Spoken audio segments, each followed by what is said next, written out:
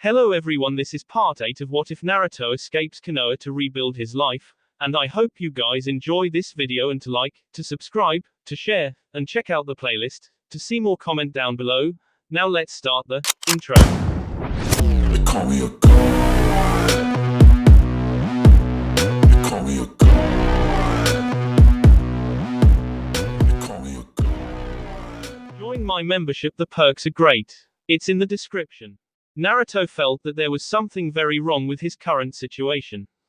Temari had stated in no uncertain terms that Itachi was to have nothing to do with food shopping, and as Kisame was unnecessarily conspicuous, this meant Naruto had the privilege of helping her shop while Itachi was punished by being forced to sit around camp relaxing and playing his guitar. Something very wrong indeed. Not that he really minded shopping all that much, it just didn't seem quite fair how things had worked out. Hello. A voice interrupted his thoughts. Can I help you? Naruto blinked at the fishmonger. Yeah, give me some of that, he said, gesturing towards one of the many bins filled with various varieties of fish. The man smiled. Sure thing, lad. How much would you like? Give me 2 fishes worth, I guess. Despite having spent some time in the town already, Naruto still jumped slightly when the monger pulled out 2 4-foot knives. Kisame had warned him that people in the country of water tended towards larger utensils as well as weapons, but it still took some getting used to. Just looking down the street, he could see a woman in a food stand cooking on a grill with a spatula longer than Naruto was tall. Across the street a man was eating with chopsticks longer than his arm, and beside him a young boy eating with a 3-foot fork. Done. A bundle of brown paper was tossed to Naruto, so he caught it with one hand and dropped it into his bag of foodstuffs before handing the monger some money. If he found their oversized tools slightly odd, he had to admit that they were incredibly efficient. Now armed with fish, he had almost everything on his list, with only cheese remaining to be found. It was, however, his suspicion that his last quarry might be more difficult to track down at a reasonable price. He looked up at the sky and calculated that he had about an hour before he needed to be back at camp. Nodding to himself, he set off in search of dairy. In an alley just down the street, a young face peeked out from behind the wall and watched him as he made his way down the street. Seeing as how he was in a city filled with giant knives and swords, Naruto felt no concern wearing Kirit out in the open, but as a girl stepped out from the alley into the street her eyes were fixated on it, and she slowly clenched her fists. Temari,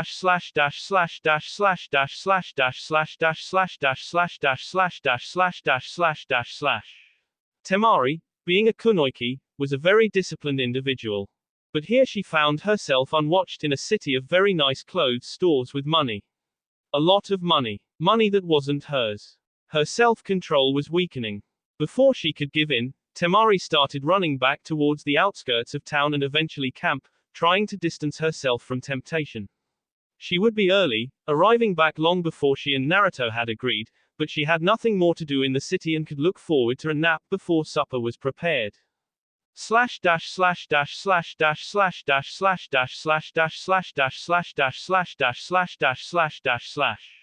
This, Naruto decided, was a great day.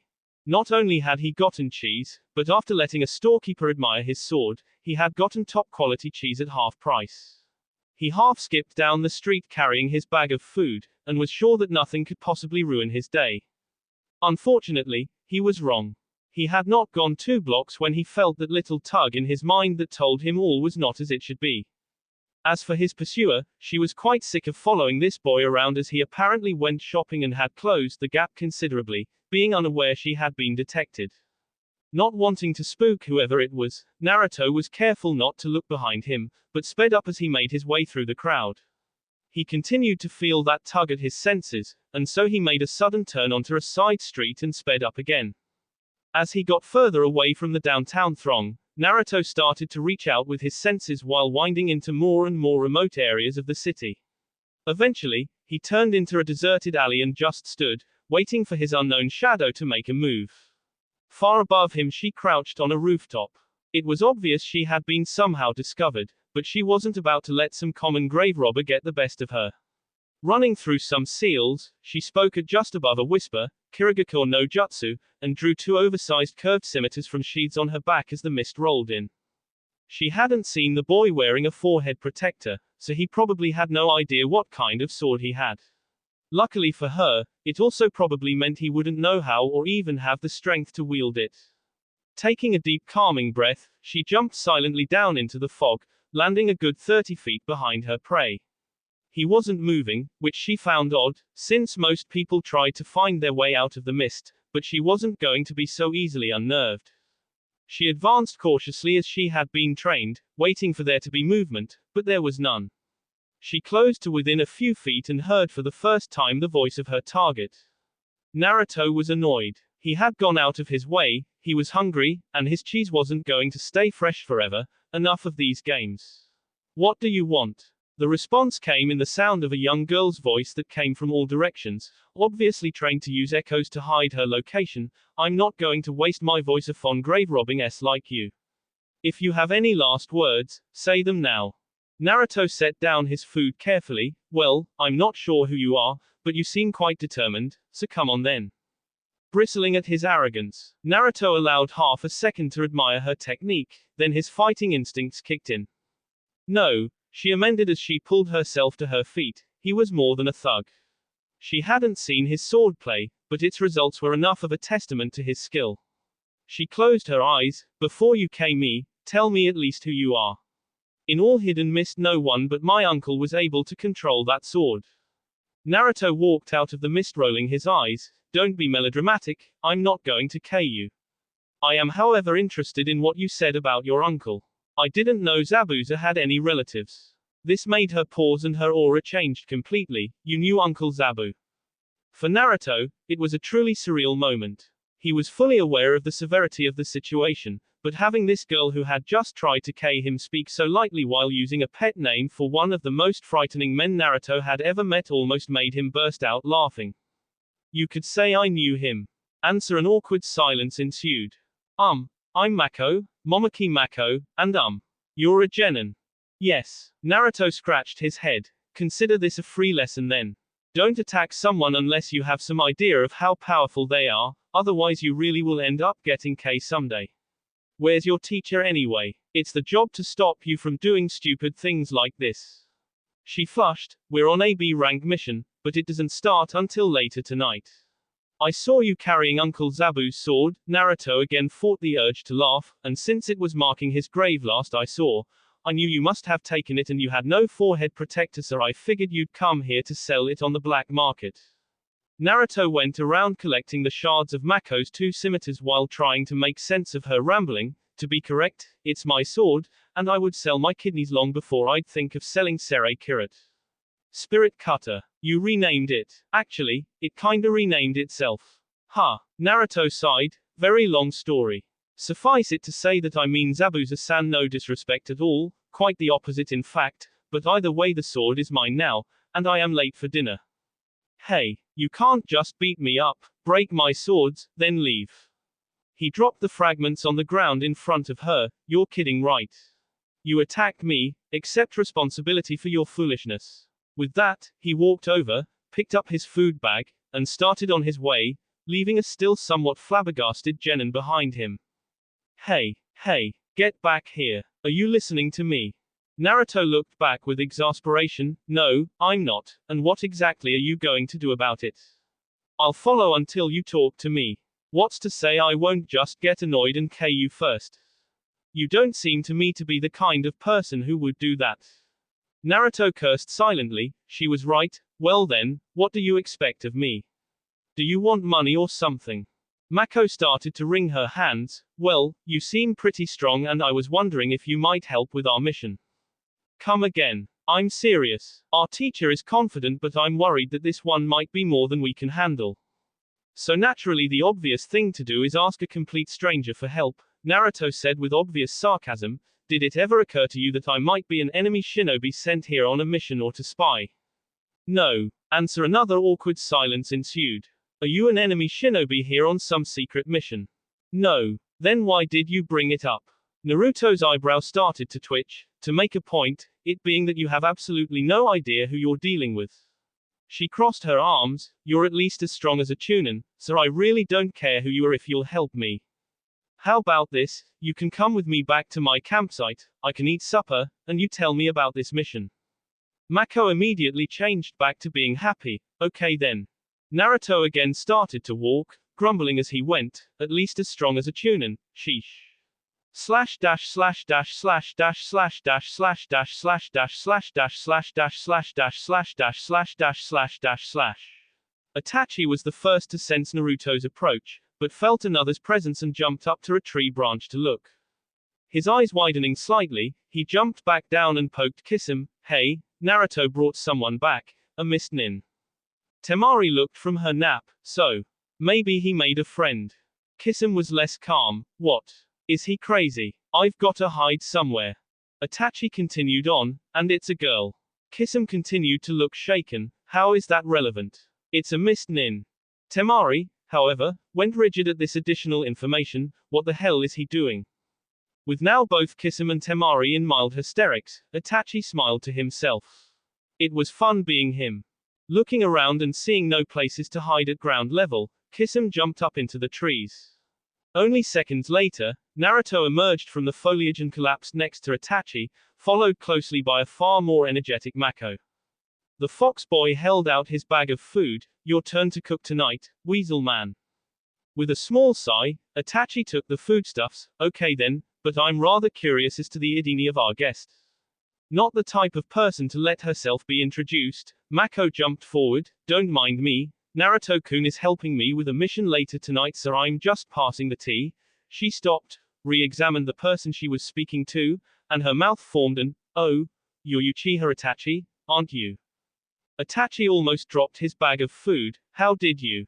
She pointed behind him, leading everyone on the ground to follow her gaze to a tree upon which was leaned a half-wrapped samehada. Violent swearing could be heard from above them and Kisame dropped down. Damn it, Naruto.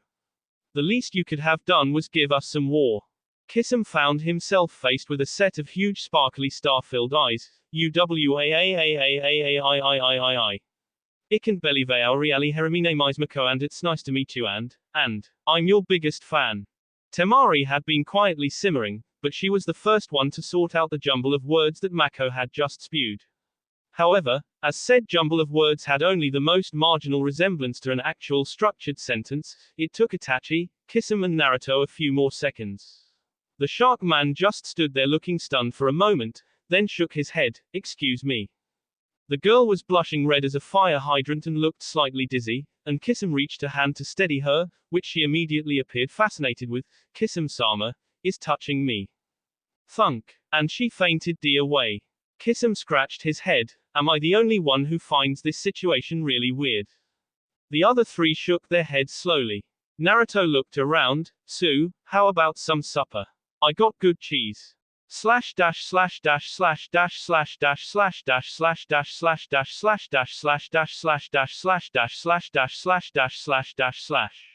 The smells coming from the tinfoil dinners cooking on the fire were slowly wafting through the air and drawing noses as close to the fire as they could go without being burnt. Naruto stared at what would be his dinner as if it held the secrets of the universe. So, what exactly is this, Itachi? The Uchiha looked up from his rearranging the coals. I took whatever fish that was you bought.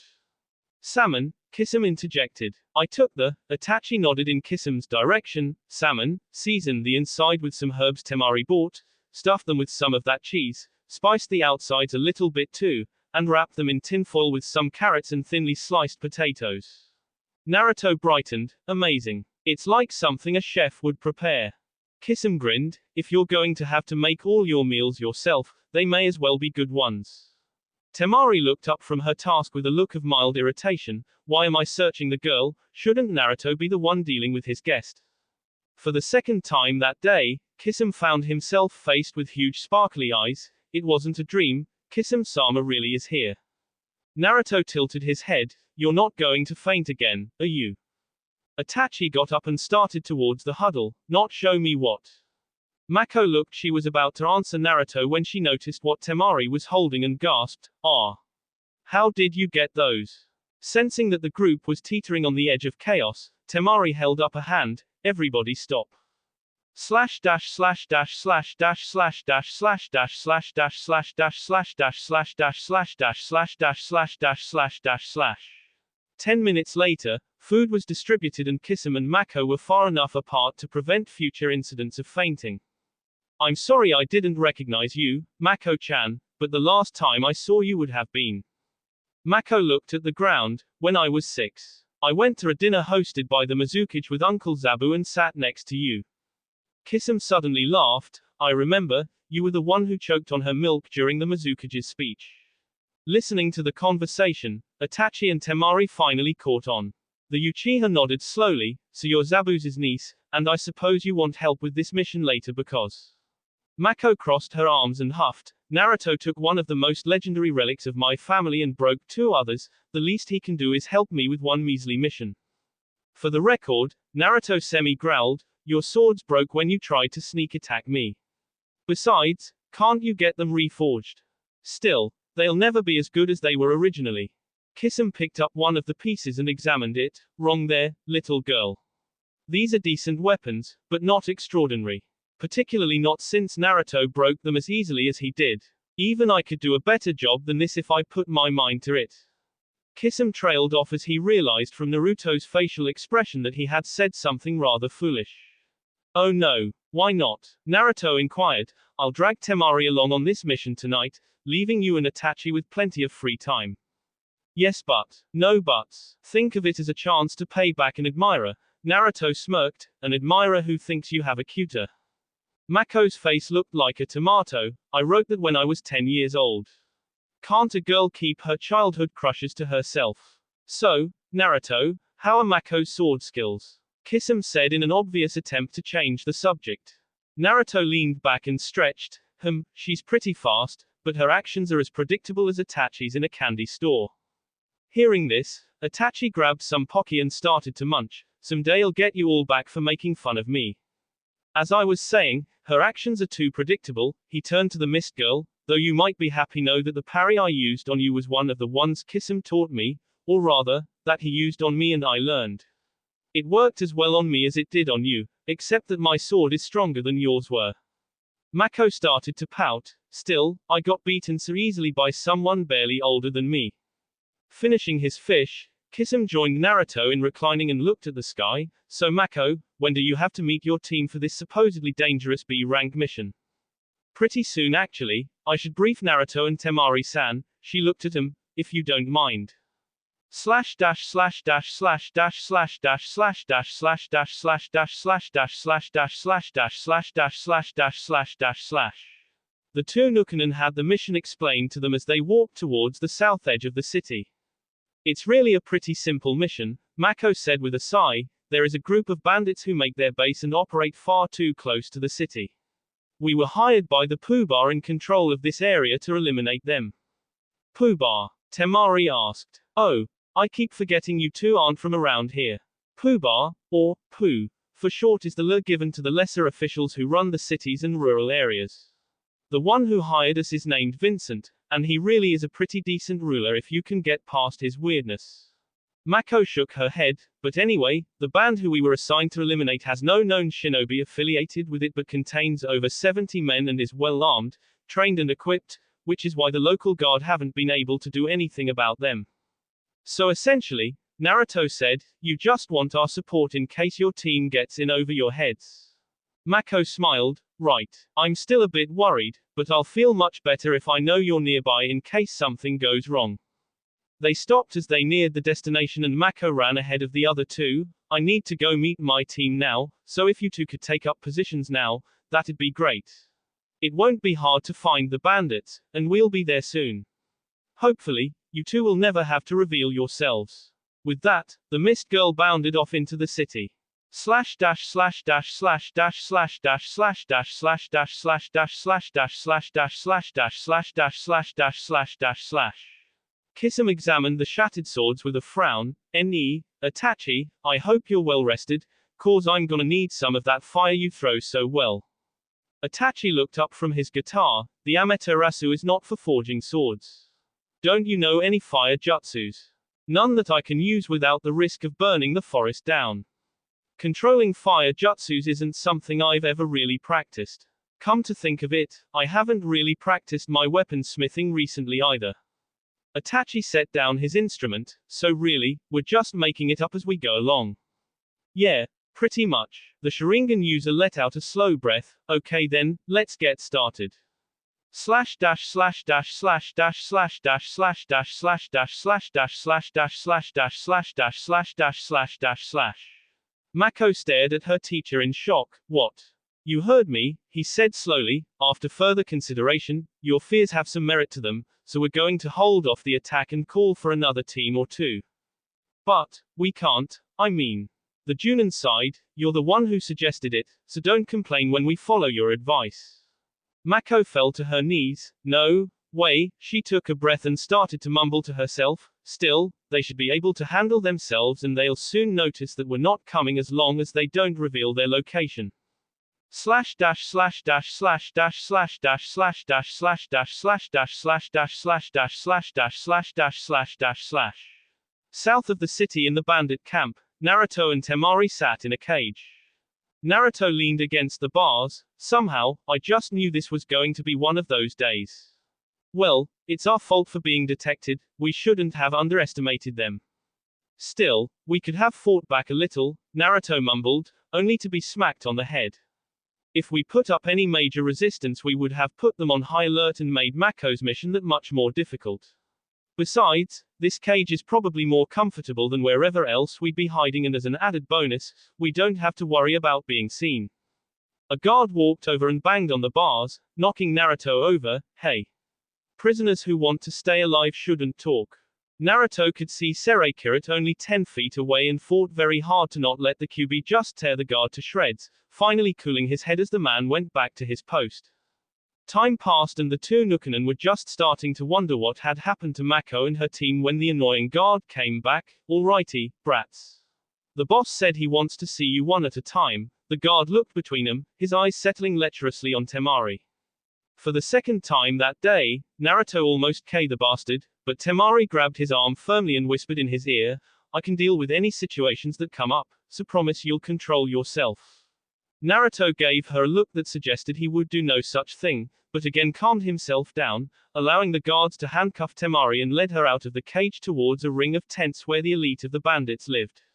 She was half pulled along until finally they reached the largest tent of them all and she was pushed inside. Hello, pretty lady. Temari looked at the creature in front of her. Why do I always meet such bizarre people? The king of the bandits stroked his beard thoughtfully. Having just met you, I don't really know. As the man moved, he jingled. The man's clothes might as well have been made of bells, since his clothes were so covered in them she could barely see any fabric at all. Do you always dress that way? Why yes, I do. I'm just the kind of guy who likes to be noticed. A bandit who likes to be noticed. A bandit king, he corrected her, and for a bandit king, one's reputation is as or more important than one's fighting ability. I suppose. Anyway, you've put me in quite a pickle, your friend and you. I really can't allow you to live after trespassing with such weapons as you had. Temari dropped and sat cross-legged on the floor. From your perspective, I guess that's true. The king nodded resolutely, so I suppose all I can do is ask for your forgiveness for what I must do. I'll at least try to make it quick for you. While he was talking, Temari was starting to think she might have to break free, but she still wanted to give Mako a chance to act. Mr. Bandit King, you could at least let me live a little while, couldn't you? Let me have something good to eat first. The bandit pondered for a moment. Sure, why not? He walked over to the door of the tent and opened it slightly, changing his countenance completely and saying in an exaggeratedly dark voice, fetch me food, worm. I have to entertain our beautiful guest, ha ha ha ha ha. Closing the tent flap, he smiled uneasily at her. Sorry, but I have to keep up the appearance that I'm doing all kinds of unspeakable things to you, so if you could holler like you're in horrible pain once in a while during dinner I'd really appreciate it. You're planning to kill me later. It's not like particularly I want to, and at least I'm treating you civilly. Temari slowly tuned out the rambling bandit king as something itched at the back her mind and she suddenly went rigid. Your men think that you're doing, as you said, unspeakable things to me. Oh, yeah, I talk like that, again, to boost my rep. So the news will be traveling around your camp. Well, yeah. Gossip is a bandit's best friend, though I'm slightly sorry that your friend will have to go through thinking about what might be happening to you, but I'll tell him the truth before I kill him so he can rest in peace. Suddenly noticing Temari's unresponsiveness, he leaned toward her. Are you feeling all right? When she looked up at him, the man found himself stunned at how her gaze seemed to pity him, and even more so when she spoke. The men in your band, they're the worst of people, right? The Bandit King was only slightly taken aback. Pretty much. Even I have problems dealing with them sometimes. He nodded to himself. Too many in this profession forget that there should be honor among thieves. Why do you ask? Temari spoke with a soft and solemn voice. These unspeakable things you're supposedly doing to me, Naruto will have heard about them by now. As if cued by her voice, the air was suddenly filled with the sounds of mayhem. Slash dash slash dash slash dash slash dash slash dash slash dash slash dash slash dash slash dash slash dash slash dash slash dash slash. Kisame jumped as he was singed by Amaterasu's. Itachi, be more careful. The Uchiha leaned against a log breathing heavily. Do you have any idea how strenuous this is? Come on, stop being a baby. We already done one the swords, so we may as well do the other. Itachi dragged himself to his feet. Naruto is a bad influence on me. A year ago I would have killed you by now for being so annoying. Kisame rolled his eyes. Whatever you say, you're still being a baby. Slash dash slash dash slash dash slash dash slash dash slash dash slash dash slash dash slash dash slash dash slash dash slash dash slash. Mako stood in the office of Poobah Vincent along with her team, nervously awaiting the report of a scout who had been deployed to check on the bandits' camp. The doors opened and two city guards helped the young man into the room. His skin was white as chalk and his legs appeared shaky. The Poobah stood up and his hands on the desk. What's the meaning of this? What did you see? The scout looked up with vacant eyes. D, all of them, D. Mako's Junin teacher almost had a heart attack. How? By WHO. The scout shook his head, couldn't see, missed, didn't hang around. The Poobah looked around the room slowly. There is an unknown force in my territory capable of wiping out that powerful of a group without so much as a whisper. I want to know who they are. Now. Advisors and city guardsmen sprung into motion along with pretty much everyone in the room except Mako, who was staring blankly into space. They couldn't have, it's not possible, two people, that young, no older than me. She continued to repeat these mantras in her head, but her memory kept going back to when Naruto had countered her attack with what she was now realizing was terrifying ease. Slash dash slash dash slash dash slash dash slash dash slash dash slash dash slash dash slash dash slash dash slash dash slash dash slash dash slash. The man formerly known as the Bandit King stood among the ruble that had formerly been his tent and looked around at what had formerly been his group of bandits.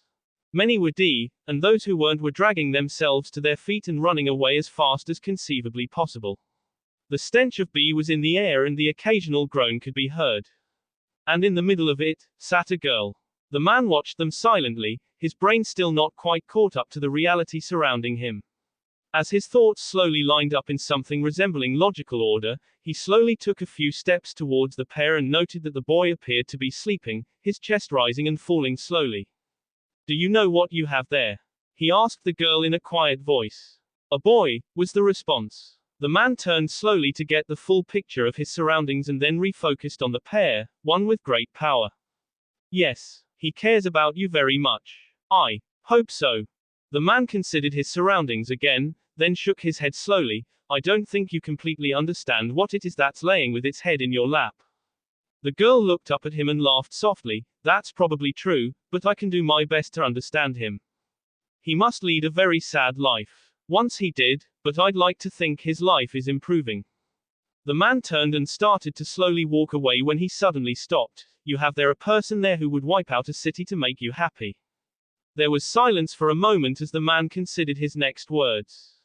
You need to guard your emotions and take responsibility for all your actions, or someday he might. The girl watched as the man walked away, his bells jingling softly, slowly disappearing until he could no longer be seen.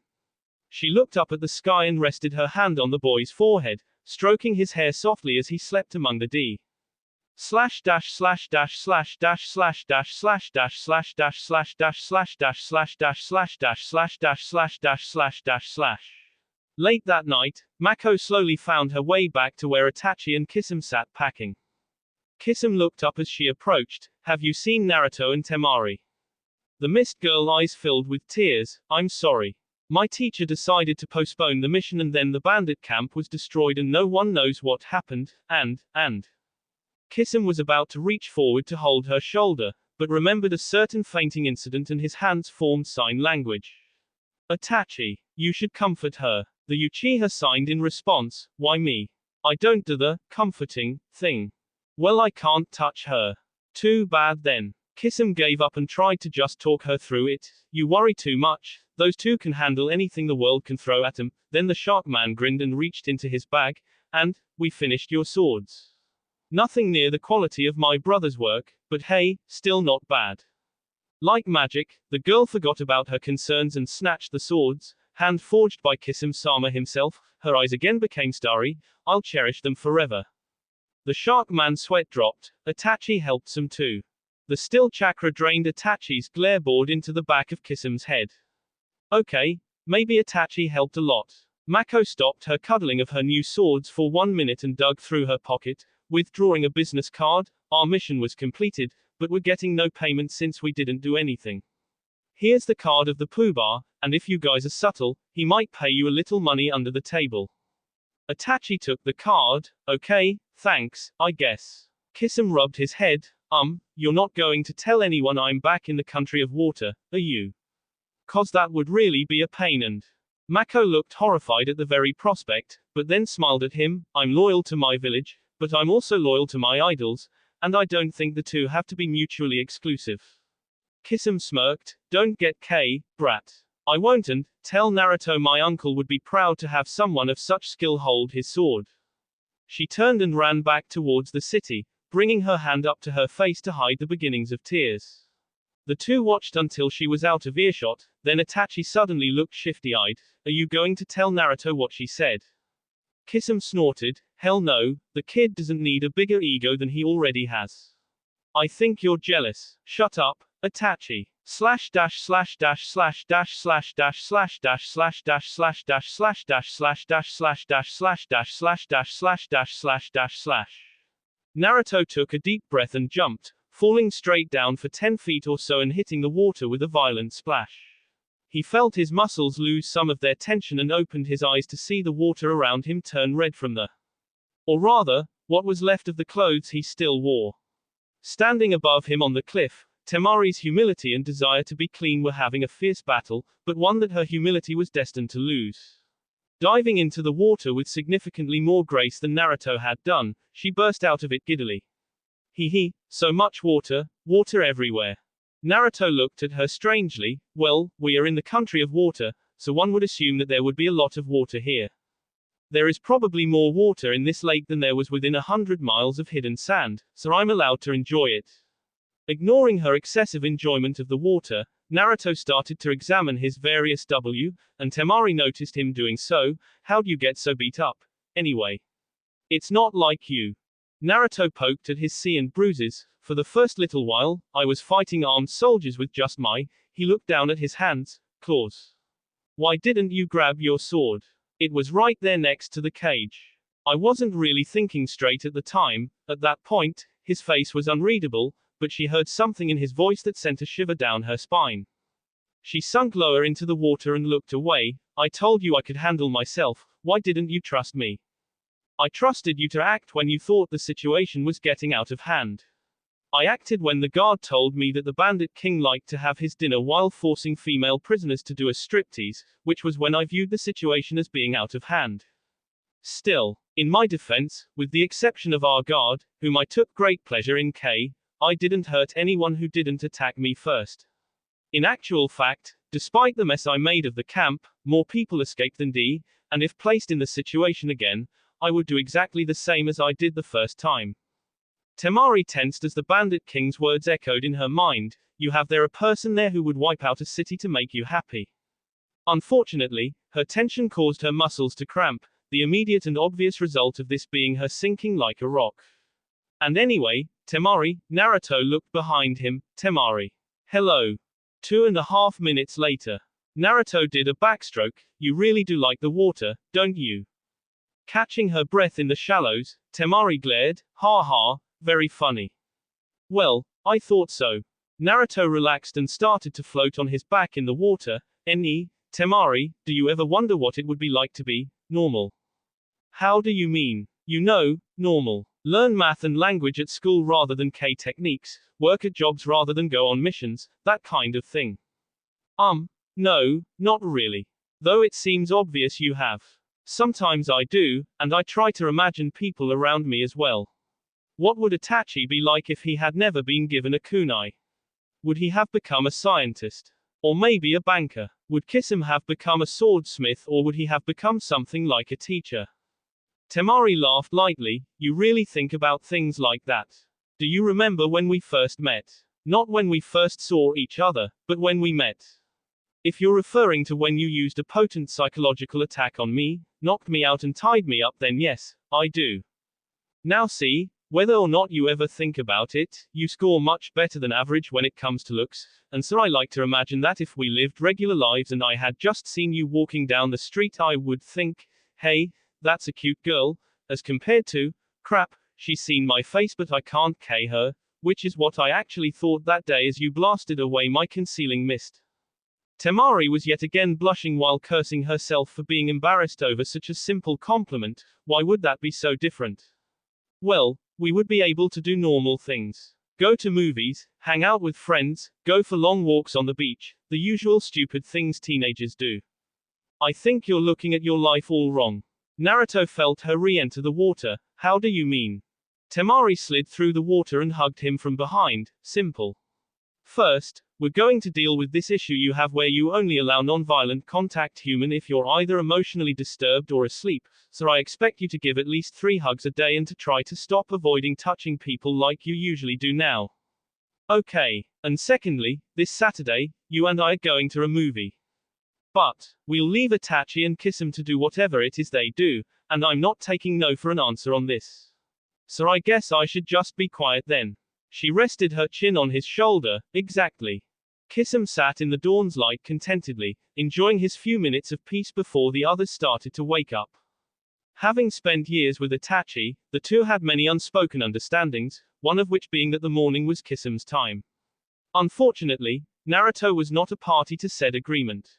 Good morning, Kisum. I see you're especially obnoxious this morning. What's the occasion? Is there something wrong with just being happy to be alive? Yes. It interrupts my quiet time. Pouting, Naruto went back over to his sleeping bag and crawled in. Fine then.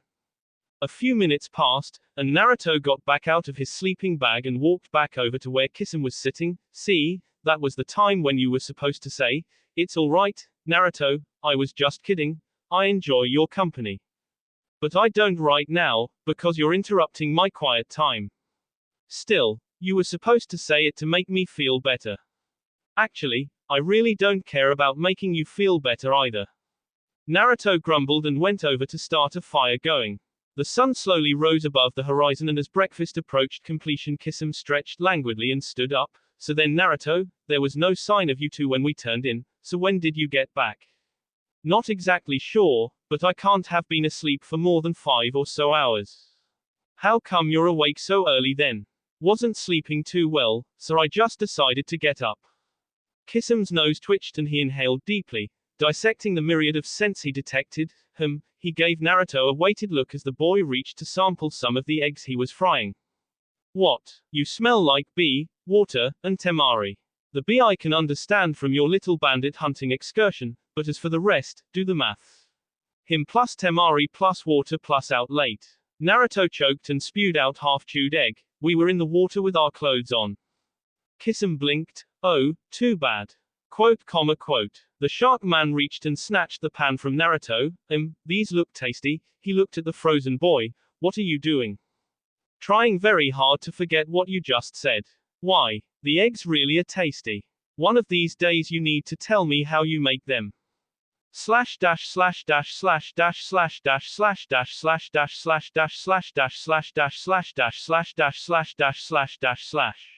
Sasuke sat in a bar munching peanuts out of bowl when Kabuto plopped down next to him. So, what information do we have on this Mamoru Shinobu? Far as I can tell, pretty typical rich guy. Dabbles in politics, has multiple houses and is currently at his main estate. Well known for having violent conflicts with his wife, he's considered somewhat of a brute. Any clues as to who might have placed the price on his life? Kabuto nodded, probably one of his sons. They stand to have the most to gain from his death and aren't well known for getting along with either of their parents. So were being employed by a person to kill one of his parents and frame the other. Essentially, Sasuke pushed himself up. Alright then, let's move out. I don't want to hang around in any place for too long. Konoha caught me once and I'd rather they not do it again. Slash dash slash dash slash dash slash dash slash dash slash dash slash dash slash dash slash dash slash dash slash dash slash dash slash dash slash. It wasn't until everyone had gotten up and eaten breakfast that they realized they had almost nothing to do that day. Naruto had given Temari a good morning hug and thus had a quota of 2 left for the day, but was unsure how to proceed and decided to worry about the other 2 later. Spending the morning training was fine, but by mid-afternoon Naruto was getting antsy. Seeing as how it was Friday, he would be going with Temari to a movie the next day, and was venturing into, what was for him, uncharted territory.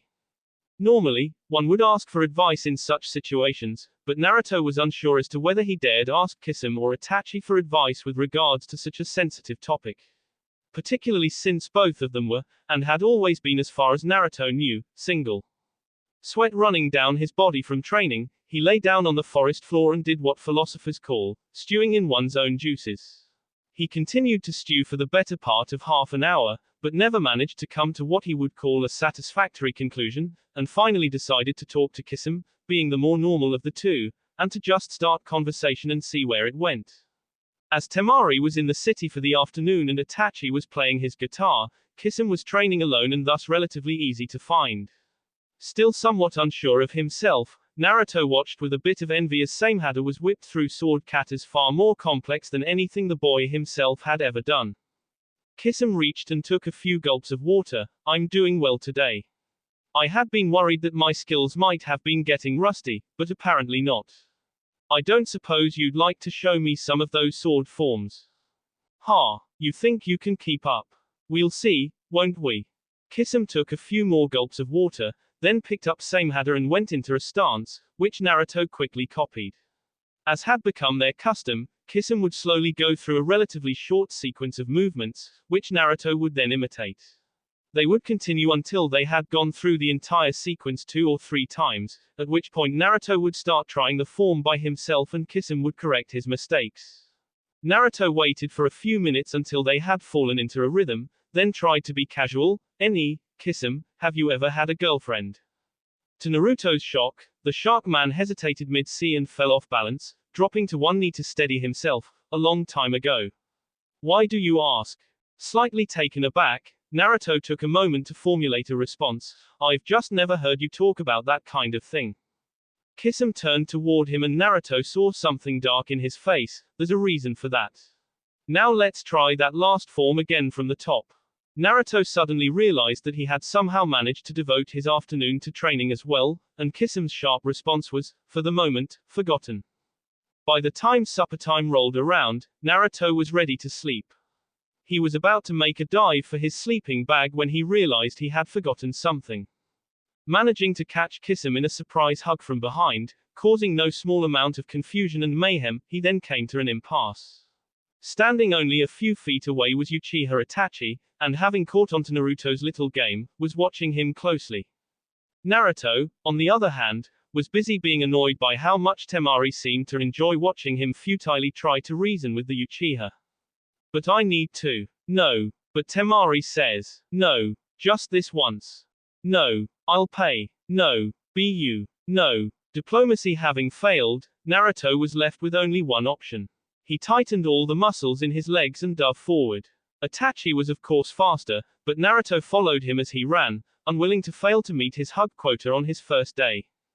Unfortunately, Itachi seemed equally unwilling to allow Naruto within 10 feet of him. And so followed a chase of epic proportions, lasting almost a full 20 minutes. The stalemate was finally ended when Itachi found himself immobile as something cold and wet trapped his feet. This rather abrupt stop caused Naruto to crash into him, leaving them both in a heap on the ground. Itachi glared balefully up at an innocently whistling Kisame and slowly pulled himself up. Followed only moments later by a somewhat disoriented Naruto. Satisfied that running into Itachi at high velocity was as good as he was going to do, Naruto found his way over to his sleeping bag and crawled in. At first it looked like he was going to be left alone, but he soon felt someone within his bubble of perception, Temari. What do I want? She was crouched a couple feet away, looking decidedly amused. You know that I wasn't really expecting you to try and hug Itachi. Then I'm glad I exceeded your expectations. Not only that, Kisame's eyes almost bugged out of his head when you caught him from behind, so for future reference, one hug a day will be fine from now on. Really, Temari, he said with a partial grin, there's no need to get jealous. Kisame and I are just friends. Quote. I have my eyes closed right now, but I'll bet you all the money in my pocket that you're blushing red as a strawberry. Temari, who was, in fact, blushing red as a strawberry, stood up abruptly and stomped off in a huff. Snuggling deeper into his sleeping bag, Naruto sighed contentedly. Why do I have the feeling she's going to get me back for that tomorrow?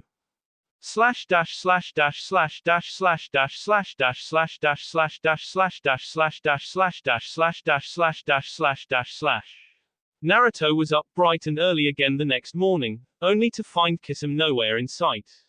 There was, however, a note tapped to the frying pan that gave vague indications that the Shark Man had gone into the city and would be returning late that night. Lacking his morning entertainment, Naruto set his sights on breakfast, and soon had 6 eggs frying for himself, and 2 each for Itachi and Temari. His eggs were soon a thing of the past, and yet Naruto was still the only one awake. Left to his own devices, he began to again stew. Kisame had been no help at all, and as Naruto didn't even want to think about talking to Itachi about relationships, the man had, after all, his entire family, he was left with only one option. He sat and allowed his mind to relax. Desperate times called for desperate measures. He opened his eyes and looked into the abyss that was his mind. Hey, bastard fox. There was no immediate response, so Naruto started to wonder and soon discovered why. The chibi fox was curled up in a ball, sleeping contentedly. So Naruto kicked it. What the hell? You were sleeping. I have long since discovered that most of your life is incredibly boring, so I sleep. Well, I need you right now. Seeing as how we aren't under attack, I'm going to assume you want help with something other than busting stuff up. Don't sound so disappointed. I almost never bother you, so you can afford to be at least a little accommodating when I do. You kicked me. Naruto was now realizing he might have made a mistake in his method of waking the fox, not very hard.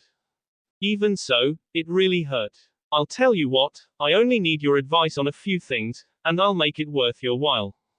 You better, runt. As tempting as it was, Naruto knew he didn't have time to start an argument with the fox. Okay, here's my problem. It's a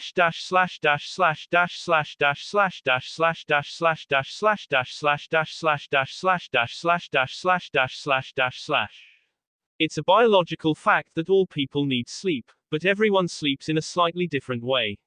For Uchiha Itachi, sleep means only being 95 aware of everything going on around him, as compared to 100 when he's awake. Thus, for one such as him, waking up is not such a big deal as for normal people.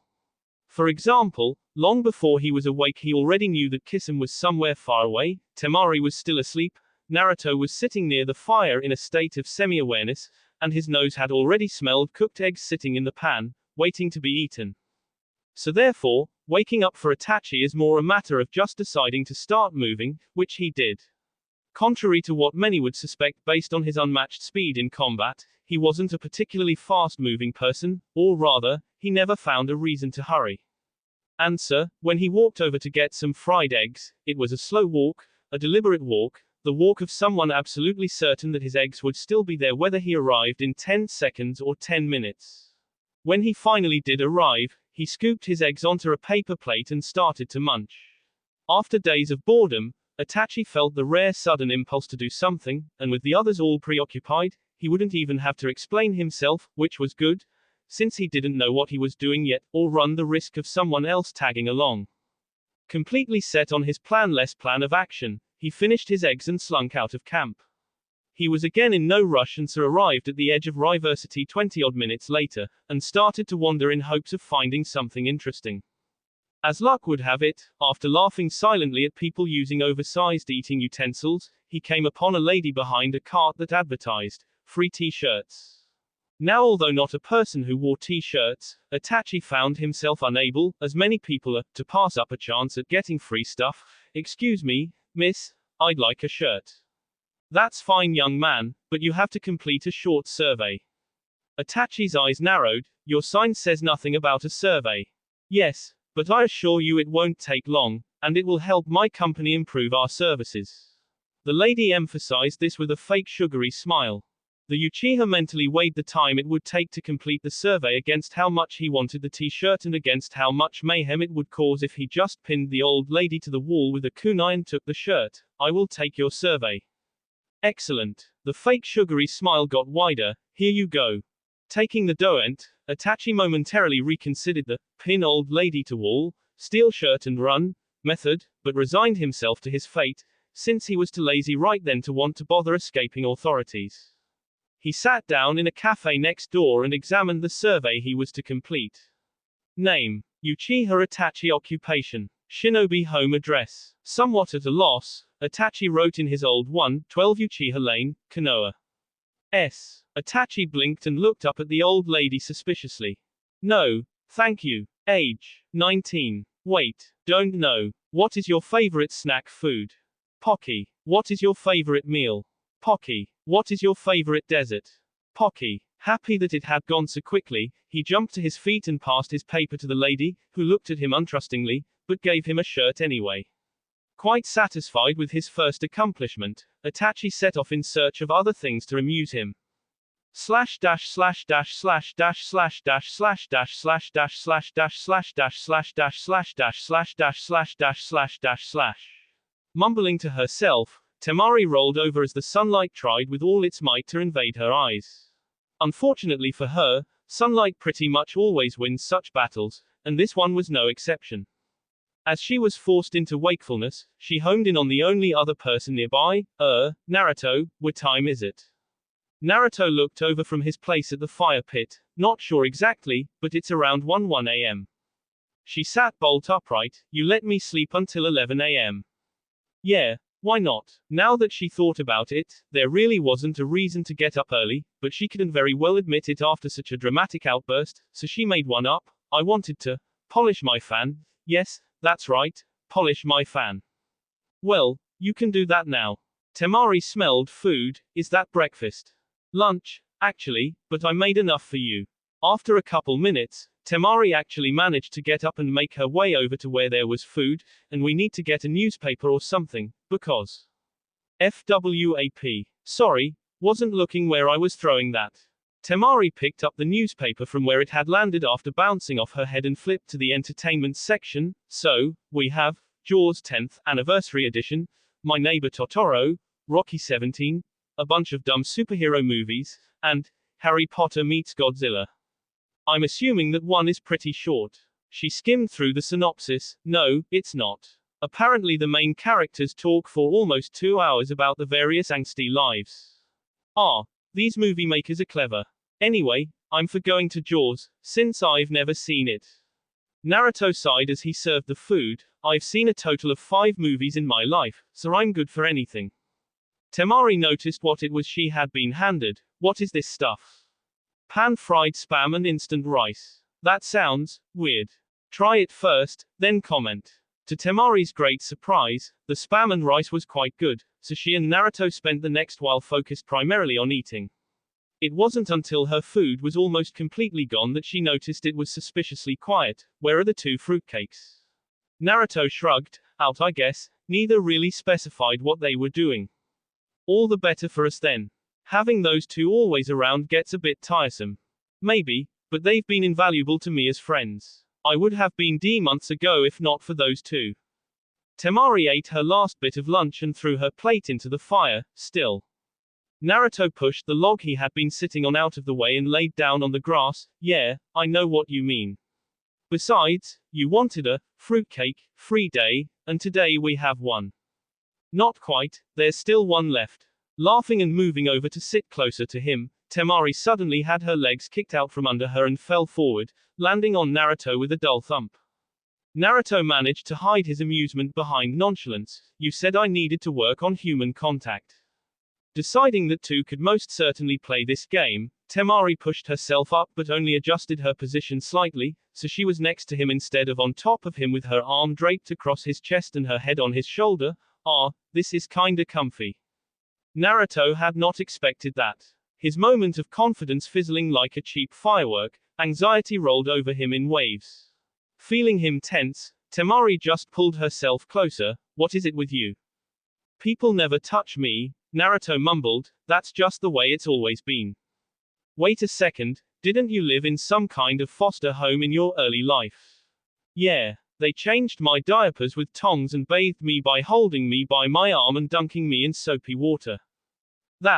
I don't even know what that is, I can't even imagine. He didn't respond at first, as he was waiting for his nerves to calm. When they finally did, Naruto reached around and pulled her body flush against his. Don't worry about it, he said with a grin, and sounding only slightly strained. Of all the things I've had to get used to in my life, this is one of the better ones.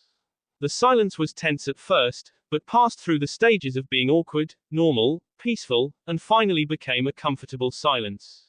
Neither paid much attention to the passage of time, and Naruto soon started to doze off in the afternoon sun.